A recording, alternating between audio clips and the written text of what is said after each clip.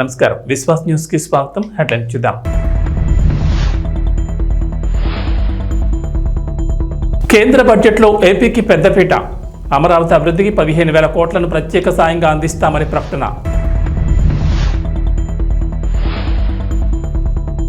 నేటి నుంచి తెలంగాణ బడ్జెట్ సమావేశాలు. పలు కీలక బిల్లులను సభలో ప్రవేశపెట్టనున్న ప్రభుత్వం.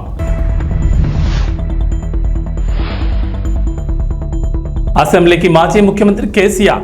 వివిధ అంశాలపై ప్రభుత్వాన్ని నిలదీసేందుకు అస్త్రశస్త్రాలు సిద్ధం చేసుకున్న గులాబీ boss.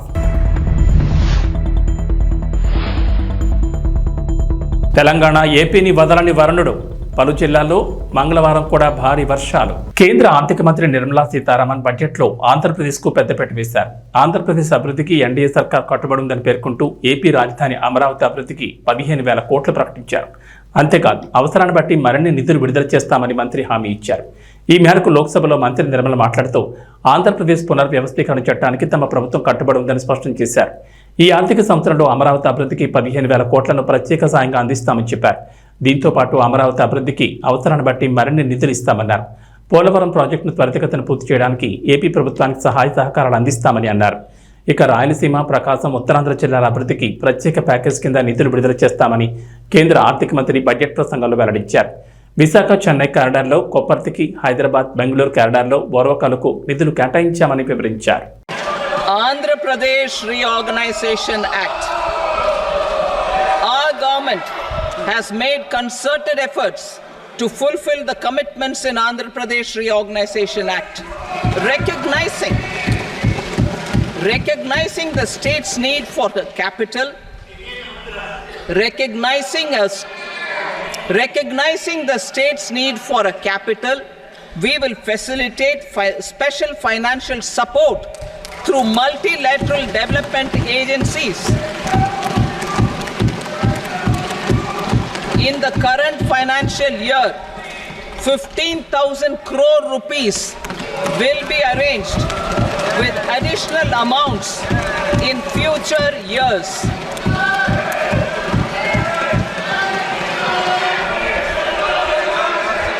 Our government is fully committed to financing and early completion of the Polavaram irrigation project, which is the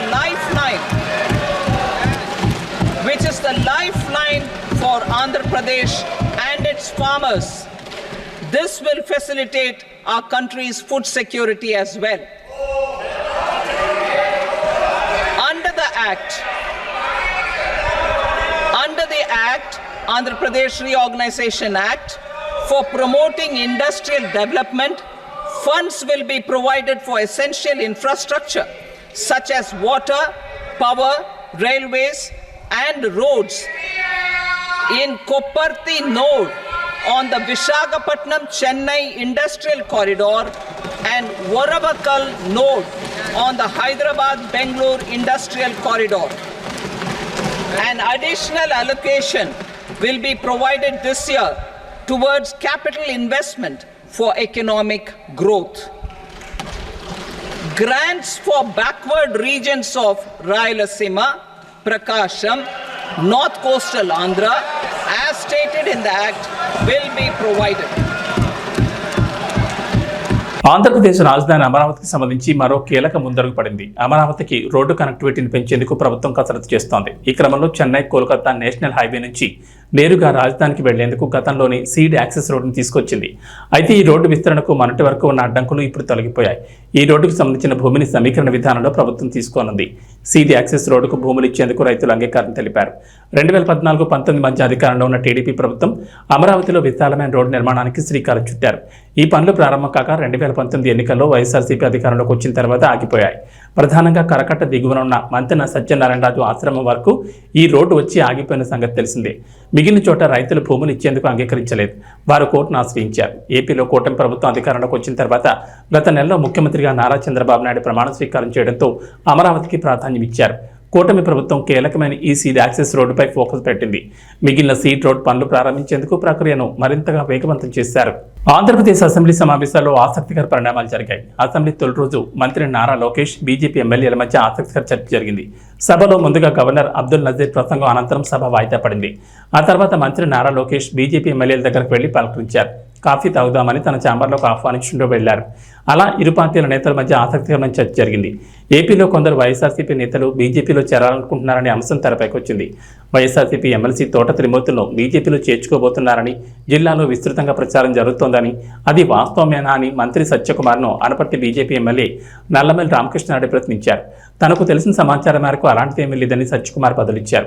ఒకవేళ ఎవరైనా బీజేపీలో చేరేందుకు ముందుకు వస్తే కూటమి పక్షాల నేతలు కూర్చుని మాట్లాడుకుని నిర్ణయం తీసుకుంటే బాగుంటుందని బీజేపీ ఎమ్మెల్యేలు అభిప్రాయపడినట్లు తెలుస్తోంది. అంతేకాదు కూటమిలోని టీడీపీ, జనసేన, బీజేపీలు కలిసి సమన్వయంతో తీసుకోవాల్సిన నిర్ణయాలపై ఒక కమిటీని ఏర్పాటు చేసుకోవాలనే ప్రతిపాదన తెరపైకి వచ్చింది. ఈ ఆలోచన బాగానే ఉందని లోకేష్ చెప్పగా బీజేపీ ఎమ్మెల్యేలు కూడా మంచి నిర్ణయమే అన్నారు. మొత్తానికి ఏపీలో వైఎస్ఆర్సీపీ నుంచి వలసలు ఖాయమనే చర్చ జరుగుతోంది. కొందరు నేతలు టీడీపీ, జనసేన, బీజేపీ వైపు చూస్తున్నట్టు చెబుతున్నారు. అయితే చేరికల విషయంలో మూడు పార్టీలు జాగ్రత్తలు వహిస్తున్నాయి. నెల్లూరు జిల్లా బిట్రగుంటలో ఓ గూడ్స్ ట్రైన్ పట్టాలు తప్పింది. నేటి తెల్లవారుజామున 5 గంటల సమయంలో బిట్రగుంట రైల్వే స్టేషన్ యార్డ్లో గూడ్స్ ట్రైన్ పట్టాలు తప్పింది. ఈ గూడ్స్ ట్రైన్ నెల్లూరు నుంచి బిట్రగుంట స్టేషన్ యార్డ్లోకి వెళుతున్న సమయంలో ఈ ప్రమాదం జరిగినట్లు తెలుస్తోంది. ఈ సమయంలో క్రాసింగ్ వద్ద 2 వ్యాగన్లు పట్టాలు తప్పినట్లు సమాచారం. వెంటనే సమాచారం అందుకున్న రైల్వే అధికారులు హుటాహుటిన ఘటనా స్థలానికి చేరుకుని రోడ్డు ట్రాఫిక్ను క్లియర్ చేసేందుకు తగు చర్యలు చేపట్టారు. అత్యవసర రైళ్లను 3వ లైన్లోకి పంపించాలని అధికారులు నిర్ణయించారు. వీటితో పాటు మిగిలిన రైళ్లకు కూడా అంతరాయం లేకుండా అధికారులు తగు చర్యలు చేపట్టారు. ఈ నేపథ్యంలో విజయవాడ వైపు వెళ్లే పలు రైళ్లు ఆలస్యంగా నడనున్నట్లు అధికారులు తెలిపారు. కొద్ది గంటల సమయంలో రైళ్ల రాకపోకలు యథావిధిగా ఉంటాయని అధికారులు సూచించారు.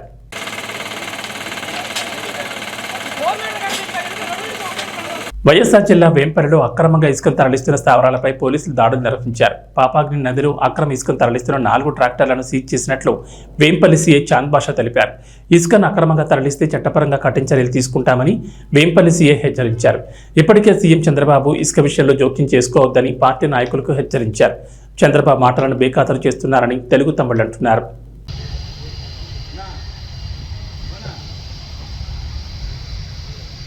మచిలీపట్నంలో విధులు నిర్వహించుకుని వస్తున్న మాజీ ఎమ్మెల్యే కొడాలి నాని, మాజీ పీఏ లక్ష్మోజీని గుర్తు తెలియని వ్యక్తులు రైల్వే స్టేషన్ వద్ద సిఎస్ఐ చర్చ్ రోడ్లో దాడి చేశారు. తీవ్రంగా గాయాల పాలైన లక్ష్మోజీని గుడివాడ ప్రభుత్వ ఏరియా ఆసుపత్రికి తరలించారు. మెరుగైన వైద్యం కోసం విజయవాడ తరలించారు.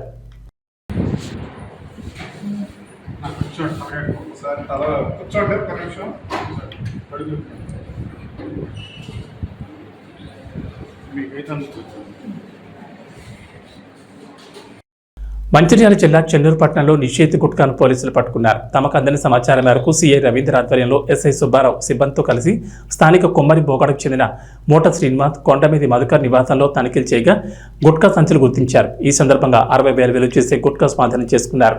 నిందితులపై కేసు నమోదు చేసినట్లు పోలీసులు తెలిపారు.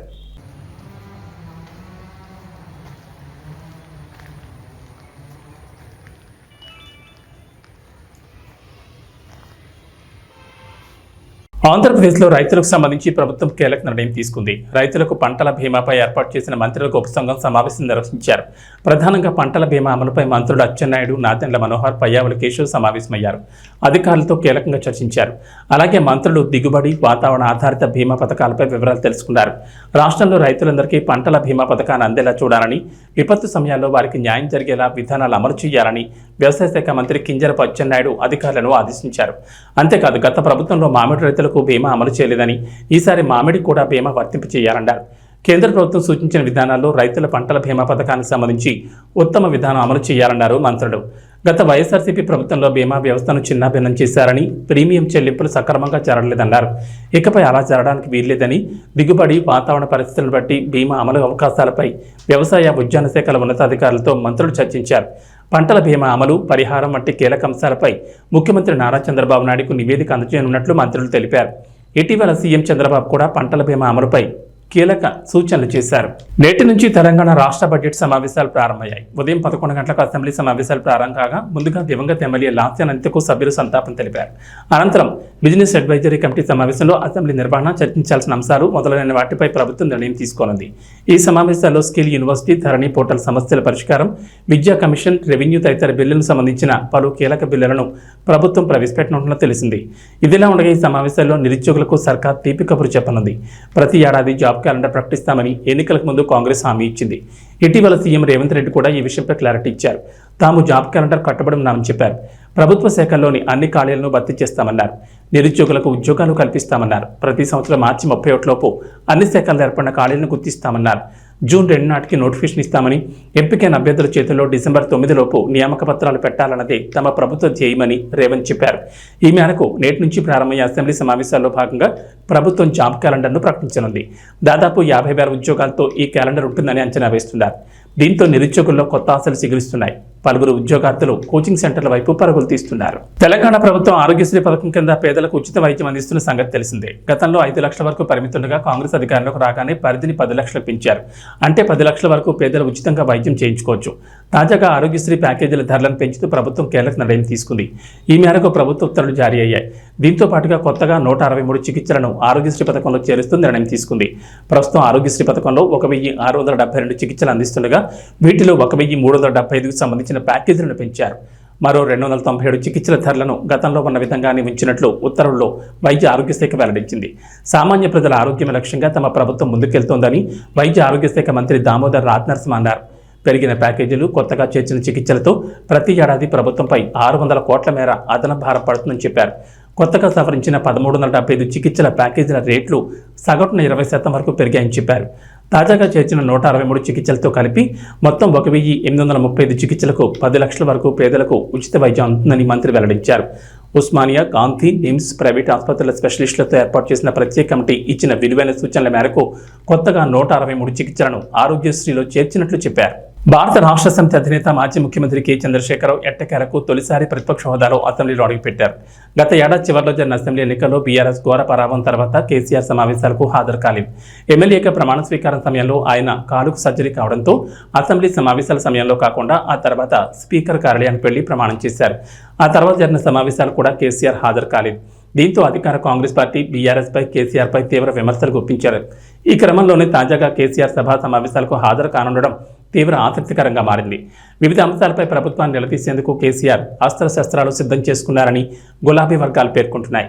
ఇక తెలంగాణ బడ్జెట్ సమావేశాల్లో అనుసరించాల్సిన వ్యూహాలను ఇప్పటికే బీఆర్ఎస్ సిద్ధం చేస్తున్నట్టు తెలుస్తోంది. జాబ్ క్యాలెండర్, నిరుద్యోగుల సమస్యలు, ఎన్నికల ముందు కాంగ్రెస్ పార్టీ ప్రకటించిన 6 గ్యారంటీల అమలు, రైతు రుణమాఫీ, ఫీజు బకాయిల జమ సహా రాష్ట్రంలో ప్రస్తుతం ఉన్న అన్ని అంశాలను అసెంబ్లీలో లేవనెత్తేందుకు బీఆర్ఎస్ అస్త్రశస్త్రాలు సిద్ధం చేస్తోంది. ఇవే అంశాలను లక్ష్యంగా చేసుకుని రేవంత్ రెడ్డి ప్రభుత్వాన్ని అసెంబ్లీలో నిలదీసేందుకు గులాబీ ఎమ్మెల్యేలు సిద్ధమవుతున్నారు. పశ్చిమ గోదావరి జిల్లా భీమవరంలోని మెంటివారి తోట 1, 2 వార్డుల్లో వరద బాధితులకు టీడీపీ నాయకులు మెంటి పార్థసారథి సౌజన్యంతో ముంపుకు గురైన నిరాశ్రయులకు సుమారు 300 మందికి భోజనాలు పంపిణీ చేశారు. ఈ సందర్భంగా మాట్లాడుతూ తోట సీతారామలక్ష్మి, స్థానిక ఎమ్మెల్యే పులపతి రామాంజనేయుల ఆదేశాల మేరకు మెంటి పార్థసారథి, మెంటి గోపి, గంటా త్రిమూర్తులు, ముద్దుల రాము, ఏసుపాదం ఇలాంటి కార్యక్రమాలు చేయాలని, దాతలను సహాయ సహకారాలు అందించాలని బీజేపీ, టీడీపీ, జనసేన నాయకులు, కార్యకర్తలు, వీర మహిళలు కోరారు. ముంపుకు గురైన పేదలందరికీ కూడా మరి మెంటే పార్థసారథి గారి సౌజన్యంతో 300 మందికి భోజన ప్యాకెట్లు అందజేయడం జరిగింది. మరి ఈ కార్యక్రమానికి వారందరూ కూడా వచ్చి ఈ ప్యాకెట్ తీసుకోవాలని కోరుతున్నాం. మరి ఇలాగే దాతలు మరి పేదవాళ్ళు ఉండే ప్రాంతం ఇది. ప్రతిరోజు కూడా వరద తగ్గేంత వరకు కూడా దాతలు సహకరించి మరి ఈ పేదవారిని ఆదుకోవాలని చెప్పి ఈ సందర్భంగా కోరుకుంటున్నాను. మెంటర్ తోటలో లోతెత్తు వర్షాల వల్ల మునిగిపోయి ప్రజలు బయటికి రాకుండా అస్తవ్యస్త పడుతున్నారు. వాళ్ళకి ఎమ్మెల్యే గారు రావడం జరిగింది. అలాగే తెలుగుదేశం పార్టీ, జనసేన పార్టీ వాళ్ళు రావడం, నాయకులందరూ వచ్చి చూడడం జరిగింది. అలాగే వీళ్ళ యొక్క సమస్య ప్రభుత్వం దృష్టికి వెళ్ళాలి. ఆ ప్రభుత్వం వారు వెంటనే ఈ సమస్య పరిష్కరించాలని ప్రభుత్వం వారు కోరుతున్నాను. అలాగే ఈరోజు దాత పార్థసారథి గారు అన్నదానం చేశారు. అన్ని దానాల్లో కొన్న అన్నదానం గొప్పదంటారు. అలాగే అన్నదాత సుఖీభావ కూడా అంటారు. దాతలందరూ ముందుకు వచ్చి ఇలాగ డొనేట్ విధానంగా ఇవ్వాలి. ప్రతి ఒక్కరు కూడా ముందుగా ఎమ్మెల్యే గారు వచ్చి ఈ సమస్యని చూసి మోటార్లు కూడా పెట్టడం జరిగింది, వాటర్ కూడా తోడించడం జరుగుతుంది. కానీ ఇంకా వాటర్ ఇలాగే ఉన్నాయి. కానీ ప్రజలకి ఏ రోగాలు రాకుండా చూసుకోవాలి మనం. ఎందుకంటే ఈ నీరు నిల్వ ఉండడం వల్ల వాళ్ళకి స్కిన్ ఎలర్జీ కానీ అలాగే విషపు జ్వరాలు కానీ రావడం జరుగుతుంది. కానీ ప్రభుత్వం వాళ్ళు వెంటనే స్పందించి దీనికి పరిష్కారం చేయాలని చెప్పి కోరుతున్నాను. అలాగే జనసేన ప్రభుత్వం రాష్ట్ర వ్యాప్తంగా కురుస్తున్నటువంటి అధిక వర్షాల వల్ల మరి భీమవరం నియోజకవర్గంలోని ముంపు ప్రాంతాలు మరి 39 వార్డుల్లోనూ కూడా కొంచెం ఇబ్బందులు ఎదుర్కోవడం జరుగుతుంది. ఈవేళ మరి ఎక్కడైతే ఇబ్బంది ఉందో అక్కడ తెలుగుదేశం ప్రభుత్వం తరఫున మరి సేవా కార్యక్రమాలు కానివ్వండి, అన్నదాన కార్యక్రమాలు కానీ చేయమని చెప్పి నారా చంద్రబాబు నాయుడు యొక్క పిలుపు మేరకు మరి ఈవేళ తెలుగుదేశం పార్టీ తరఫున రాష్ట్ర కోశాధికారి శ్రీ మెంటే పార్థసారథి గారి సౌజన్యంతో ఈవేళ ఇక్కడ వరద ముంపు బాధితులైనటువంటి పేద ప్రజలకి ఆహార పదార్థాలు అందించడం జరిగింది. సుమారు 4 రోజులుగా మరి దాతలు గంటా త్రిమూర్తులు గారు ఇటువంటి వ్యక్తులందరూ కూడా ఎదుర్కొచ్చి ఈ సేవా కార్యక్రమం కొనసాగిస్తున్నాం. మరి ఈరోజు దాత మరి మెంటే పార్థసారథి గారు 300 మందికి ఇక్కడ నిరాశ్రైనటువంటి ప్రజలకి పేద ప్రజలకి ఆహార పదార్థాలు అందించడం జరిగింది. మరి ఇటువంటి దాన్ని స్ఫూర్తిగా తీసుకుని రాబోయే మరి ఇంకా 4-5 రోజుల వరకు ఇబ్బంది కలిగేలా ఉంది పరిస్థితి. అంటే ఎందుకంటే ఈ ఇల్లులన్నీ కూడా చుట్టూ నీళ్లు చేరిపోయి బయటికి రాలేని పరిస్థితి. వీళ్ళందరూ కూడా పేదవారు, వాళ్ళు ఏ పూట కాకపోతే పనిచేసుకుని బతికేటువంటి పేద ప్రజలు. అటువంటి వారికి పనిచేసుకోవడానికి అవకాశం లేనందువల్ల మరి ఆహార పదార్థాలు తెలుగుదేశం పార్టీ తరఫున జనసేన నాయకుల సౌజన్యంతో మేము ఈ సేవా కార్యక్రమం చేస్తున్నాం. ముందు రోజులు కూడా అనేక సేవా కార్యక్రమం పార్టీ నాయకులందరూ కూడా మరి సేవా కార్యక్రమం చేయడానికి ముందుంటాం. మేము ఏ విధమైన ఆపద వచ్చినా సరే మరి పార్టీ ముందుండే పార్టీ తెలుగుదేశం పార్టీ. అటువంటి సేవా కార్యక్రమాలు మేము ఇవాళ ఇంకా కొనసాగిస్తామని చెప్పి ఇంకా దాతలు ఇటువంటి వారిని ఆదర్శంగా స్ఫూర్తిగా తీసుకుని ముందుకు రావాలని చెప్పి సహాయ సహకారం అందించాలని చెప్పి కోరుకుంటూ సెలవు తీసుకుంటాం. సుమారు 4 రోజులు 5 రోజులు బట్టి అకాల వర్షాల వల్ల రాష్ట్రంలో పంటలు చాలా నష్టపోవడం జరిగింది. అలాగే ఇక్కడ 1, 2 వార్డు అలాగే 35, 36 వార్డు కూడా బాగా పల్ల ఏరియా అవుతాం వల్ల పక్కన మాకు మా భీమవరంలో ఎనమదూరు కాలువ మురికాలు ఉండటం వల్ల వాటర్ కోటింగ్కి బయటకు వచ్చేసి అలాగే మిరమిర కోడు కూడా వాటర్ ఉప్పొంగి రోడ్డు మీద రావడం వల్ల ఇక్కడ పల్లం ప్రాంతం అయ్యి ఇక్కడంతా కూడా పేదవారు నివసంతో ఉంటారు. వాళ్ళకి చాలా ఇబ్బందిగా ఉండడం అలాగే ఇళ్లలోకి వాటర్ రావడం జరిగింది. అలాగే రాష్ట్ర అధ్యక్షులు మా సీఎం గారు ఆదేశాల మేరకు అలాగే మా నియోజకవర్గ ఇన్ఛార్జి సీతామహాలక్ష్మి ఆదేశం మేరకు అలాగే మా అంజిబాబు గారు కూడా మా ఎమ్మెల్యే అంజిబాబు గారు మొత్తం అంతా తిరిగి నియోజకవర్గం అంతా కూడా ఎక్కడ ఏ సమస్య ఉన్నా ఈ ఒక వర్షం వల్ల కానీ ఈ వాటర్ వల్ల కానీ ఇబ్బందులన్నీ కూడా ఆయన అధికారులకి ఆదేశించి ఎవరికి ఏ ఇబ్బంది ఉన్నా సరే ఏ ఇబ్బంది రాకుండా దగ్గర చూడమని ఆయన చెప్పడం జరిగింది.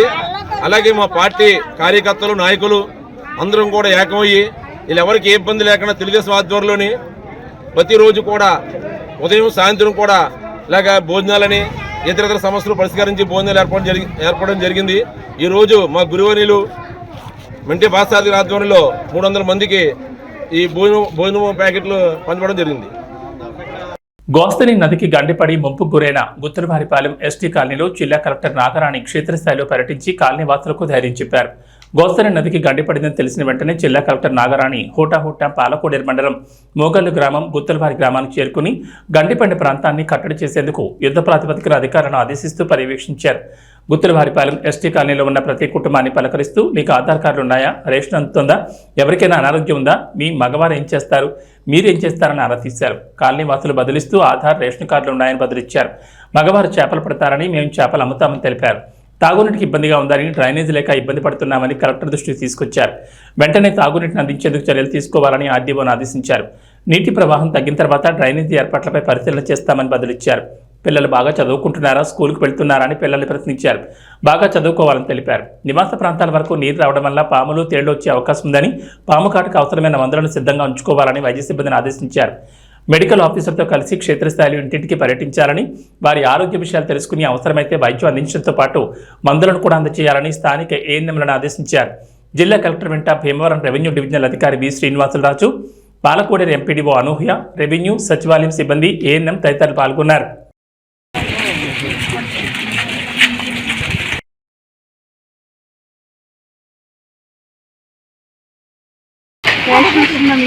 రేషన్ కార్డు ఉందమ్మా, బియ్యం అన్ని ఇస్తున్నారా బాబు? వీళ్ళకి అన్ని రేషన్ కార్డులు ఎవరికి ఇళ్లలోకి ఇక్కడ వచ్చింది? ఇక్కడేం రాలేదు.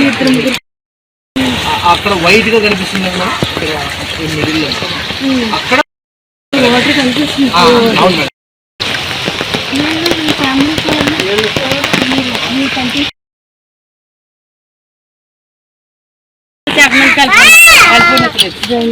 డ్రైనేజ్ అండి ఈ రెండు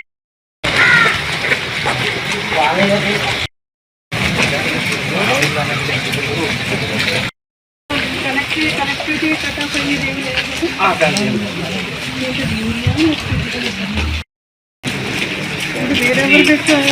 రేయ్ ఆడని ఎవరికైనా చూపించండ్రా, కూర్చోబెట్టి చెప్పండ్రా బాబు. ఇది సీతమ్మ వాకిట్లో సిరిమల చెట్టు సినిమాలో డైలాగ్. ఎందుకో కానీ నెట్ఫ్లిక్స్కి ఇది కరెక్ట్గా సెట్ అయిపోతుంది. ఎందుకంటే తాజాగా మోడర్న్ మాస్టర్స్ అనే డాక్యుమెంటరీ ట్రైలర్ను రిలీజ్ చేసింది నెట్ఫ్లిక్స్. డైరెక్టర్ ఎస్ఎస్ రాజమౌళిపై ప్రతిష్టాత్మకంగా తీసిన డాక్యుమెంటరీ ఇది. ఇంత ఖర్చు పెట్టి తీసిన ఈ డాక్యుమెంటరీని డబ్బింగ్తో గబ్బులేపింది నెట్ఫ్లిక్స్. దీంతో నెట్జన్లు ఈ ట్రైలర్ను తెగ ట్రోల్ చేస్తున్నారు. అసలు దీని సంగతి ఏంటో చూద్దాం. తెలుగు సినిమాను అంతర్జాతీయ స్థాయికి తీసుకెళ్లిన రాజమౌళిపై డాక్యుమెంటరీ అనగానే మన ఆడియన్స్తో పాటు పాన్ ఇండియా లెవెల్లో ఎంతోమంది ఆసక్తి చూపించారు.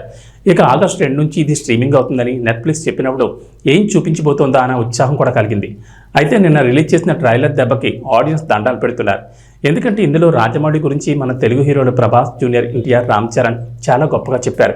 అంతవరకు బాగానే ఉంది. కానీ వారిని నెట్ఫ్లిక్స్ తెలుగు డబ్బింగ్ చెప్పించింది. ఇక్కడే కథ మలుపు తిరిగింది. తెలుగు హీరోలకి తెలుగు డబ్బింగ్ చెప్పించాలనే సాహసం నెట్ఫ్లిక్స్ ఎందుకు చేసిందో అర్థం కాలేదు. మిగిలిన భాషలకు డబ్బింగ్ చెప్పించిందంటే అర్థం ఉంది. పోనీ ఈ డబ్బింగ్ ఏమైనా సూట్ అయిందా అంటే అది లేదు. ఏదో డైనోసార్ పార్క్, కింగ్ కాంగ్ సినిమాలకి తెలుగు డబ్బింగ్ ఇస్తే ఎలా ఉంటుందో అలా తయారైంది. దీంతో ఆడియన్స్ బాగా హర్ట్ అయిపోయారు.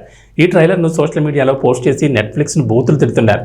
పోనీ మన హీరోలు ఇంగ్లీష్లో మాట్లాడిన అవే మాటలకి కింద తెలుగు సబ్టైటిల్స్ ఇచ్చినా సరిపోయేదని సలహాలు ఇస్తున్నారు. ఈ ట్రైలర్ను చూసిన ఆడియన్స్ ఇక డాక్యుమెంటరీ కూడా ఇలానే ఉంటుందేమోనని భయపడుతున్నారు. అతను సినిమాల కోసమే పుట్టాడనిపిస్తుంది. అతను అందరి చేత పనులన్నీ రాక్షసులా చేయించుకుంటాడంటూ ఇంగ్లీష్ టు తెలుగు ట్రాన్స్లేషన్లా ఉన్నాయి డైలాగులు. అప్లాజ్ ఎంటర్టైన్మెంట్, ఫిల్మ్ కప్పానియా స్టూడియోలతో కలిసి నెట్ఫ్లిక్స్ ఈ డాక్యుమెంటరీని తెరకెక్కించింది. 1 గంట 14 నిమిషాల నిడితో ఈ డాక్యుమెంటరీ రాబోతోంది. ఇందులో రాజమౌళి సినీ ప్రయాణం సహా పలు ఇంటర్వ్యూలను కూడా చూపించబోతున్నారట. హార్దిక్ పాండ్యాను కాదని సూర్యకుమార్ యాదవ్కు కెప్టెన్సీ ఎందుకు ఇచ్చారు? రుతురాజ్ గైక్వాడ్, అభిషేక్ శర్మలను ఎందుకు ఎంపిక చేయలేదు? శ్రీలంకతో పర్యటన కోసం భారత్ జట్టును ప్రకటించినప్పటి నుంచి ఇవే ప్రశ్నలు బీసీసీఐకి ఎదురవుతున్నాయి. తాజాగా వీటికి సమాధానాలు ఇచ్చాడు team India chief selector Ajit Agarkar. జట్టు ఎంపిక ఎలా జరిగింది, ఎందుకు ఎలాంటి నిర్ణయాలు తీసుకోవాల్సి వచ్చిందనే విషయాలను శ్రీలంకతో పర్యటనకు భారత్ బయలుదేరే ముందు నిర్వహించిన మీడియా సమావేశంలో వెల్లడించాడు. ఈ సమావేశంలో టీమిండియా హెడ్ కోచ్ గంభీర్ సైతం పాల్గొన్నాడు. ఆల్రౌండర్ హార్దిక్ పాండ్యా భారత్ క్రికెట్ జట్టుకు కీలకమైన ప్లేయర్, అందులో సందేహం లేదు. కానీ కెప్టెన్గా ఎంపిక చేయాలని నిర్ణయం తీసుకునేటప్పుడు సదరు ఆటగాడు అన్ని మ్యాచ్లు ఆడగలడా లేదా అనేదే ఆలోచించాల్సి ఉంటుంది. హార్దిక్ నైపుణ్యాలను తక్కువ చేయడం మా ఉద్దేశం కాదు. కానీ ఫిట్నెస్ విషయంలోనే హార్దిక్ పాండ్యాకు అసలు సవాల్ ఎదురవుతోంది. వాస్తవానికి టీ20 జట్టుకు కెప్టెన్గా ఎంపిక చేయడం క్లిష్టంగా మారింది. వచ్చే టీ20 ప్రపంచ కప్కు 2 ఏళ్ల సమయం ఉంది. టీ20లో అత్యుత్తమ బ్యాటర్లలో సూర్యకుమార్ యాదవ్ ఒకరు. ఇవన్నీ ఆలోచించిన తర్వాతే సూర్యకుమార్ యాదవ్ను ఎంపిక చేశాం. అతను టీమిండియా కెప్టెన్గా విజయవంతం అవుతారని భావిస్తున్నామని అజిత్ అగార్కర్ వ్యాఖ్యానించారు. ఇక వాతావరణ విషయానికి వస్తే ఏపీని వరుణుడు వేడనంటున్నాడు. అల్పపీడనం రుతుపవనాల ప్రభావంతో మంగళవారం కూడా ఏపీలో పలు చోట్ల వర్షం పడుతుందని ఏపీ విపత్తుల నిర్వహణ సంస్థ తెలిపింది. శ్రీకాకుళం, విజయనగరం, పార్వతీపురం, మన్యం జిల్లా, అల్లూరు సీతారామరాజు, తూర్పుగోదావరి, ఏలూరు జిల్లాలో అక్కడక్కడ తేలికపాటి నుంచి మోస్తరు వర్షాలు కురుస్తాయని ఏపీ విపత్తుల నిర్వహణ సంస్థ ఎండీ రోనంకి కోర్మానంద్ వెల్లడించారు. అలాగే విశాఖపట్నం, అనకాపల్లి, కాకినాడ, కోనసీమ, పశ్చిమ గోదావరి, ఎన్టీఆర్ జిల్లాల్లో తేలికపాటి వర్షాలు కురిసే అవకాశం ఉందని అంచనా వేశారు. వర్షాలు, వరదల నేపథ్యంలో జాగ్రత్తలు తీసుకోవాలని సూచించారు. ఇటు తెలంగాణలో కొన్ని రోజులుగా ఎడతెరిపి లేకుండా వర్షాలు కురుస్తున్నాయి. రాష్ట్రంలో వాగులు, వంకలు పొంగి పొర్లుతున్నాయి. జలాశయాలు, ప్రాజెక్టులు నిండుకుండల్లా మారాయి. అయితే ఇప్పట్లో వర్షాలు తగ్గేలా కనిపించడం లేదు. మరో 3 రోజుల పాటు రాష్ట్రంలో వర్షాలు కురుస్తాయని హైదరాబాద్ వాతావరణ కేంద్ర అధికారులు వెల్లడించారు. బంగాళాఖాతంలో ఏర్పడిన అల్పపీడనం వాయుగుండంగా బలపడడంతో రాష్ట్రంలో వర్షాలు కురుస్తాయన్నారు. పలు జిల్లాల్లో భారీ వర్షాలకు ఛాన్స్ ఉందని తెలిపారు. కరీంనగర్, కొమరంభీం, ఆసిఫాబాద్, నిజామాబాద్, సిరిసిల్ల, జగిత్యాల, మంచిర్యాల, జయశంకర్, భూపాలపల్లి, పెద్దపల్లి తదితర జిల్లాలో అతి భారీ వర్షాలు కురుస్తాయన్నారు. ఈ మేరకు ఆయా జిల్లాలకు ఆరెంజ్ అలర్ట్ జారీ చేశారు. మరికొన్ని జిల్లాలకు ఎల్లో అలర్ట్ జారీ చేశారు. ప్రజలు అప్రమత్తంగా ఉండాలని, వర్షాలు కురిసే సమయంలో అవసరమైతేనే బయటకు రావాలని సూచించారు. ఉరుములు, మెరుపులకు తోడు పిడుగులు పడే ఛాన్స్ ఉందని, జాగ్రత్తగా ఉండాలని వాతావరణ శాఖ అధికారులు సూచించారు. ఇవి బులెటిన్ విశేషాలు. నమస్కారం.